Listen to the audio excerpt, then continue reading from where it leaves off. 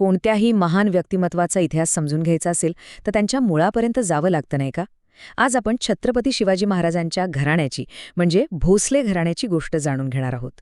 पण ही गोष्ट वरवरची नाही, तर अगदी यथोचित तपशिलांसह पाहूया की हा महान वारसा नक्की घडला कसा. ही कहाणी आहे अनेक पिढ्यांच्या संघर्षाची आणि शौर्याची. तर या प्रवासाची सगळी कहाणी ना अशाच ऐतिहासिक साधनांमध्ये दडलेली आहे. हे समोर दिसतंय ना, हे फक्त अक्षरं नाहीयेत. हा एका साम्राज्याचा, एका महान वारशाचा भक्कम पाया आहे. आणि याच पायावरून आपल्याला कळतं की एका युगपुरुषाचा प्रवास त्याच्या जन्माच्या कितीतरी आधी सुरू झाला होता. चला, मग याच प्रश्नाचं उत्तर शोधायला लागूया.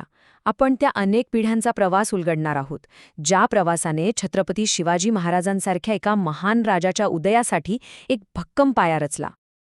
तर या प्रवासाची सुरुवात होते एका खूप खूप प्राचीन आणि प्रतिष्ठित घराण्यापासून.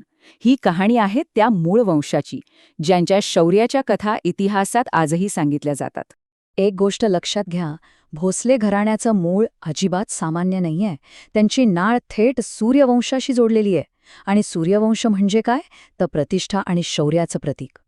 त्यांची ताकद फक्त त्यांच्या वंशात नव्हती, तर त्यांच्या राज्यातही होती. मेवाड प्रांतातलं त्यांचं राज्य आणि राजधानी होती अभेद्य चित्तोडगड. चित्तोडगड म्हणजे फक्त एक राजधानी नव्हती, ते त्यांच्या शक्तीचं, त्यांच्या प्रतिष्ठेचं एक जिवंत प्रतीक होतं. पण इतिहास कधीच सरळ रेषेत जात नाही का? आता गोष्ट एका अशा वळणावर येते, एका अशा विनाशकारी घटनेकडे जिने या कुटुंबाचं नशीब कायमचं बदलून टाकलं. आणि इथेच संघर्षाची पहिली ठिणगी पडली. विचार करा, एका बाजूला मेवाडचे स्वाभिमानी सिसोदिया आणि दुसऱ्या बाजूला दिल्लीचा विस्तारवादी सुलतान अल्लाउद्दीन खिलजी. हा वेढा फक्त एका किल्ल्याचा नव्हता, ही तर संपूर्ण घराण्याच्या भविष्याची परीक्षा होती. हा काही साधासुधा पराभव नव्हता. नाही, अक्षरशः होत्याचं नव्हतं झालं. ह्या एका घटनेत संपूर्ण सिसोदिया वंश जवळजवळ संपला होता.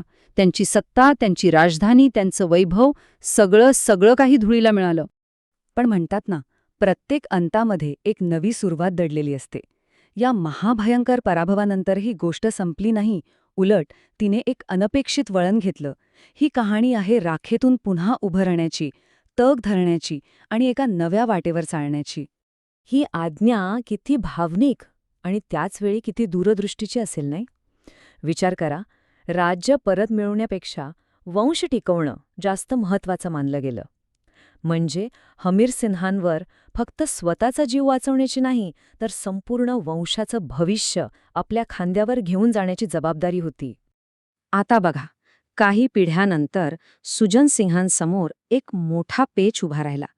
एकीकडे होतं मेवाड, जिथे कमी झालेल्या सिंहासनासाठी नातेवाईकांशी सतत संघर्ष करावा लागणार होता. आणि दुसरीकडे होती संधी, दक्षिणेत जाऊन आपलं नशीब, आपलं भविष्य नव्याने घडवण्याची. आणि त्यांनी दुसरा मार्ग निवडला, जो जास्त आव्हानात्मक होता, पण दूरदृष्टीचा होता. आणि हाच तो टर्निंग पॉइंट होता, दक्षिणेकडे स्थलांतर करण्याचा निर्णय. म्हणजे आता जुनं राज्य परत मिळवण्याचा विचार मागे पडला होता आणि एक पूर्णपणे नवी ओळख घडवण्यावर लक्ष केंद्रित झालं होतं. हा प्रवास इथूनच सुरू झाला. जेव्हा एखादं कुटुंब नव्या प्रदेशात जातं, तेव्हा ते फक्त घर नाही बदलत, तर हळूहळू आपली ओळखही नव्याने घडवतं. चला तर मग पाहूया की या सिसोदिया वंशजांनी आपली नवी ओळख कशी निर्माण केली. पण मग प्रश्न पडतोच की दक्षिणेकडे स्थायिक झाल्यावर या राजघराण्याने आपली नवी ओळख बनवली तरी कशी? म्हणजे एका राजघराण्याने आपलं मूळ नाव सोडून एक नवीन नाव का आणि कसं स्वीकारलं असेल? आणि उत्तर आहे भोसले. इथेच भोसले या नावाची, या आडनावाची सुरुवात झाली. हे नवीन नाव त्यांच्या नव्या आयुष्याचं, नव्या सुरुवातीचं प्रतीक बनलं. मेवाडचे सिसोदिया आता दख्खनच्या भूमीत भोसले म्हणून ओळखले जाऊ लागले. म्हणजे बघा, हा सगळा प्रवास कसा होता. पहिलं, मेवाडच्या सिसोदियांवर विनाश ओढवला. दुसरं, वाचलेल्या वंशजांनी दक्षिणेत दख्खनमध्ये स्थलांतर केलं. तिसरं, तिथे त्यांनी हळूहळू जम बसवला, स्थानिक प्रभाव मिळवला. आणि चौथं, आपल्या या नव्या सुरुवातीला अधोरेखित करण्यासाठी त्यांनी भोसले हे नाव स्वीकारलं. किती मोठा प्रवास आहे हा. त्यांच्या दृढनिश्चयाचं आणि दूरदृष्टीचं उत्तम उदाहरण. अर्थात फक्त नाव बदलून भागत नाही. आता या नव्या भूमीत आपलं स्थान निर्माण करायचं होतं, स्वतःला सिद्ध करायचं होतं. चला तर पाहूया, जमीनदारांपासून ते थेट सेनापतींपर्यंतचा त्यांचा हा प्रवास कसा घडला. बघा, कोणत्याही मोठ्या सत्तेची सुरुवात ही स्थानिक पातळीवरूनच होते, नाही का? ह्यांनीही तेच केलं. त्यांनी हळूहळू एक एक गाव करत आपला प्रभाव वाढवायला सुरुवात केली आणि मिळवली पाटीलकी. आता पाटीलकी म्हणजे काय, तर गावाचं प्रमुख पद. हे फक्त पद नव्हतं बरं का, ह्यातून त्यांना महसूल गोळा करण्याचे, न्यायनिवाडा करण्याचे अधिकार मिळाले. आणि सगळ्यात महत्त्वाचं म्हणजे स्थानिक लोकांचा विश्वास आणि आदर त्यांनी मिळवला. आणि हेच आहे ते यथोचित तपशील ज्याबद्दल आपण बोलत होतो. ही गावं बघा: सिग्णापूर, खांडवट, हिंगणी, बेर्डी, देऊळगाव आणि अर्थातच वेरूळ. हे फक्त गावांची यादी नाहीये, हे त्यांच्या वाढत्या प्रभावाचे, त्यांच्या घट्ट होत चाललेल्या मुळांचे जिवंत पुरावे आहेत. या प्रत्येक गावातल्या पाटीलकीने त्यांच्या सत्तेचा पाया हळूहळू पण अगदी पक्का केला. ही वेळरेषा पाहिली की पिढ्यानपिढ्या झालेली प्रगती अगदी स्पष्ट दिसते.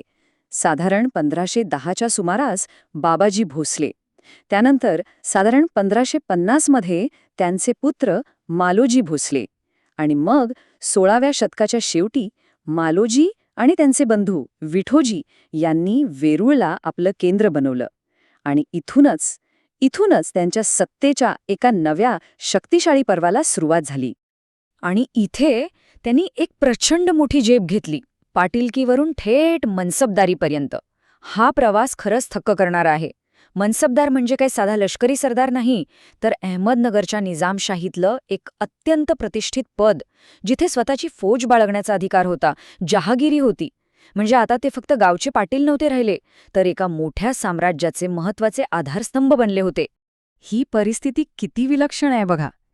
त्यांच्या रक्तात राजेशाही होती, पण हातात तलवार होती दुसऱ्या साम्राज्याच्या सेवेसाठी. एका बाजूला राजांचा अभिमानास्पद वारसा आणि दुसऱ्या बाजूला दुसऱ्यांची चाकरी. ह्या विचित्र पेचात ते अडकले होते. आणि हाच प्रश्न त्यांच्या पुढच्या पिढीला सतावत असणार, की एका महान राजाचा वंशज असून दुसऱ्यांची चाकरी करायची, हे त्यांना कितपत पटणार होतं? या परिस्थितीतून बाहेर पडून स्वतःचं सार्वभौम राज्य स्थापन करण्याची प्रेरणा त्यांना कुठून मिळणार होती? या प्रश्नाचं उत्तर इतिहासाच्या पुढच्या पानावर लिहिलं जाणार होतं.